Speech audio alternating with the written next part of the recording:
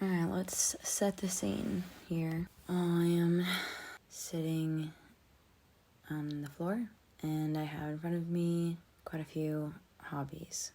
And I started out trying to record some music, and then the technology equipment that I was using started to not work, and then I fought it for a while, and then it just stopped working completely. And so I was like, all right, guess I'm not gonna record music right now. And right before that, I was there's a point to this. Right before that, I was doing something that I have been feeling called to stop doing so much. And it was also a piece of technology that burns THC smoke, if you will. And that just mysteriously also was not working. And then my phone just randomly glitched from what I was doing and opened up my voice notes. So for some reason, I'm thinking that possibly there's a message that wants to exist through me right now in this present moment. So I'm just going to close my eyes and take a breath into the weirdness. And know it is a loving space coming through in this nice open channel here. And I want to talk about Kundalini, breathing, truth, mysteries, mystical things. And one reason that I think I feel so called to do this sort of strange activity of sitting in a quiet room talking to yourself is because there's an inexplainable, sensational, electromagnetic experience that I can only say comes out of disciplined practice. And I feel so lucky that in my story here, I came to these electromagnetic sensations in the privacy of being like a closeted spiritual being. That was my personal trauma makes me not want to necessarily share in when I'm feeling separate or suffering. I draw inward, and isolation and hermiting are common. And now all of a sudden, recently, have I felt so compelled to get over that lone wolf previous life that I am still living right now and flow in and out of.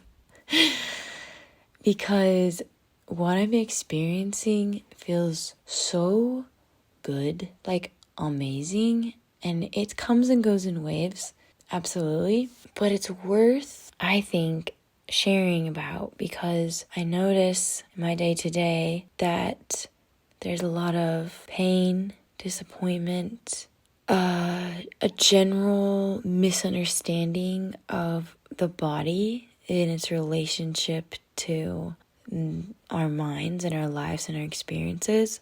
And the biggest observation, or the most helpful thing that I've come to flip, is that people look outside of themselves, me too included, can only ever speak from experience. Let me set that straight. Take what resonates, leave what doesn't. But this is my attempt to relate and put into existence things that are uplifting and encouraging. Because in some ways it's selfish. At the same time, because everything's a paradox, it's selfless. However, it feels really good.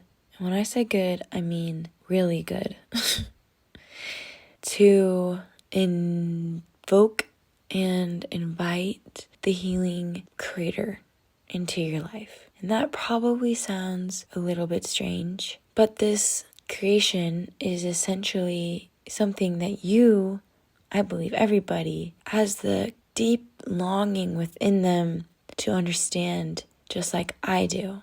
Because every person, for all of the time that this earth has been here, the first thing that we do to exist is breathe. And the last thing that we do to exist in this world, as far as we know, is breathe. And this creation, so before we breathe and after we breathe, where do we go? Where do we come from? That's the creation that I'm talking about. That everybody can understand because everybody breathes. Over time, humans, we've all made our stories of creation stories of how everything came to be because everyone has limited awareness and understanding because everybody's perceiving from mostly the sense of the eyeballs. Especially now in modern times when we're so dependent on our mind space. No one's hunting. No one's using their hands even really. No one needs to walk for miles to survive, to go find shelter. We can have the health and assurance of modern technology to literally exist only in the mental paradigm.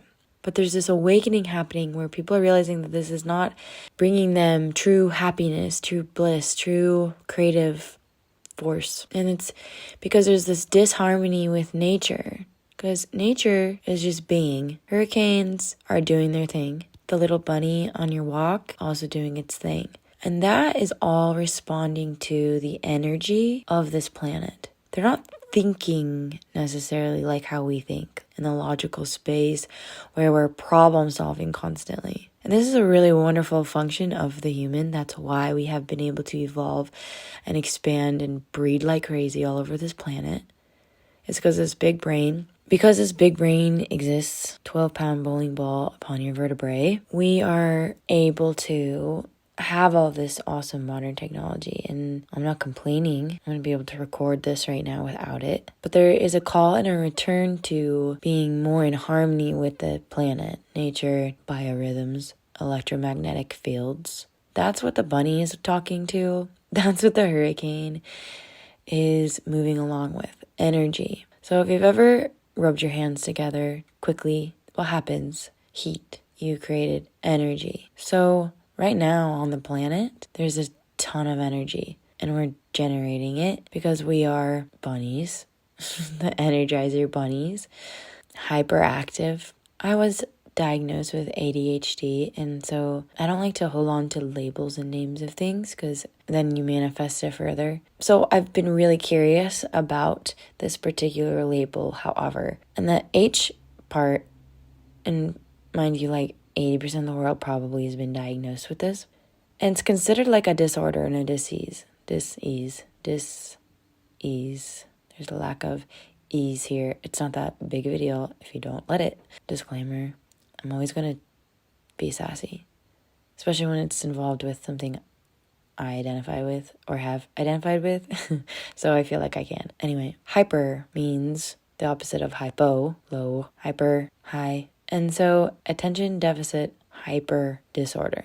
Sounds to me like your attention is really speedy. So that can look like many things in many people. And we're all learning a lot that, we used to think of ADHD as like a hyper little boy running around. And now we're finding that it can be an inward experience of hyperactivity in your mental space. It's different in usually people with boobs and penises, whatever. There's those things. So what I'm trying to say is that our planet has all this extra energy and the people are generating it with hyperactivity. So how do we become less hyperactive as a collective species of humans and do our part to become one with this big, beautiful planet and put everything back into alignment so we can maybe have less natural disasters and more time to not live a life where we are jacked up on caffeine, drinking through green straws that end up in the ocean, and come to be in a space where maybe we wake up and we're not in survival mode, and so cravings and addictions can subside a bit more. How do we all just jump on board? And I can hear it already. Privilege is thinking that I can think these things, but I'm not thinking. I am creating into existence. I am trying by not trying. I'm being into an experience of all the idea turned into form, into matter, that peace and harmony are innate to all of us. That's what's natural. That's what's supposed to be for everyone. Our mental drives to problem solve is what's making this problem in the first place. Because the brain is actually a sensory organ. So it's not actually storing, really. It's perceiving and picking up on. So where's everything coming from?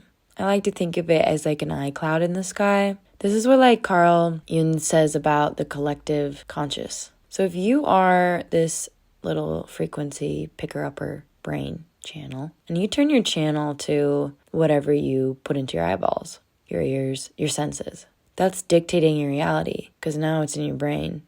And your brain is a problem solver and a creatrix in many aspects. So it might be creating problems in your life. Sorry, not sorry. Sorry, no sorries. Because sorries is another thing that we should all agree upon doesn't need to exist. Confessing guilt for like living your life. I mean, like if you do something really messed up, like you should have remorse.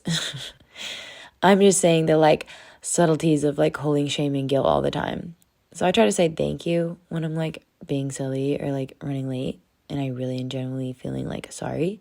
But like being sorry for yourself is another context I'm kind of referring to. Just be like thankful for yourself that like you're having this human experience and it's wild. It is really hard to be alive right now. I would say for probably all of time, but like right now with all this hyperactivity, nobody knows what truth is.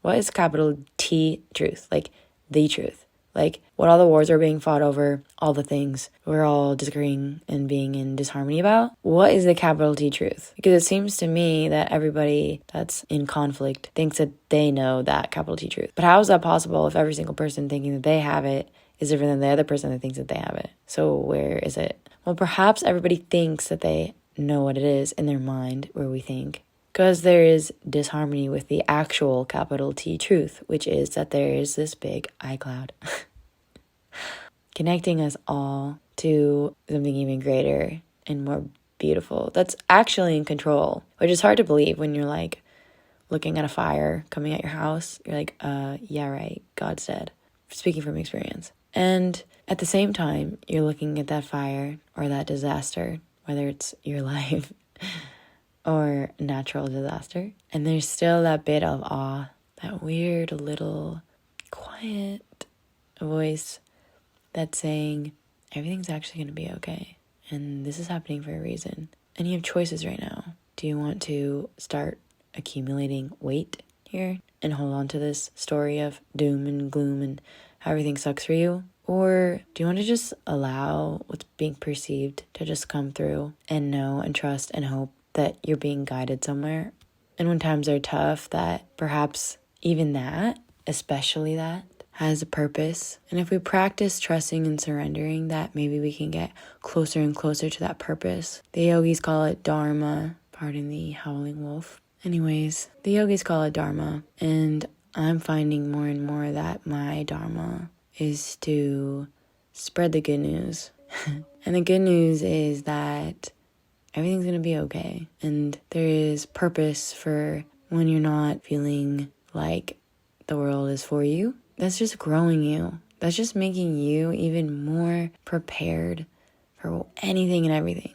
And really, it's just teaching you that you can enjoy. And that can be really hard to believe when you're like, sitting in a hospital bed. This is for me to enjoy? ? Yeah. Every waking moment is there for us to experience.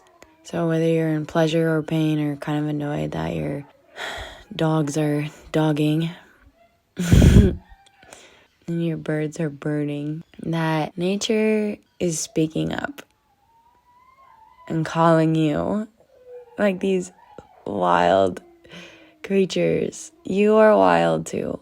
And you too can work with the frequencies and the magnetism of this earth that's, in this solar system, moving around planets, moving around the sun.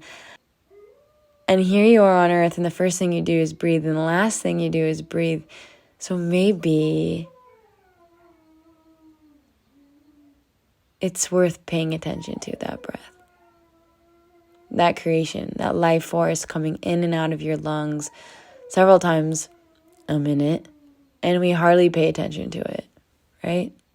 So, hi, I'm Jamie, and this is the first of quite a few just messages, and we'll see how they transform and proceed. But my intention is just to sort of open up my head, move my mind out of the way, and deliver a message that hopefully makes whoever's listening feel closer, more intimate with your own true essence and that of that beautiful, loving life force. Give it whatever name you want. Give it whatever story, background, whatever shape makes you comfortable. But I intend to bring more of it down here to exist. And I'm grateful for anyone that has the ears to hear. And I believe that you and I are made of the exact same things. And those things are nothing. The nothing and the something. And because we're all the same, we're all made of atoms and light, that this whole idea of separation and suffering is created by us humans. And so the capital T truth is you are God. So you are infinite. And then that might not be the you think you are, with all your attachments and all of our personalities. But the true essence of you is infinite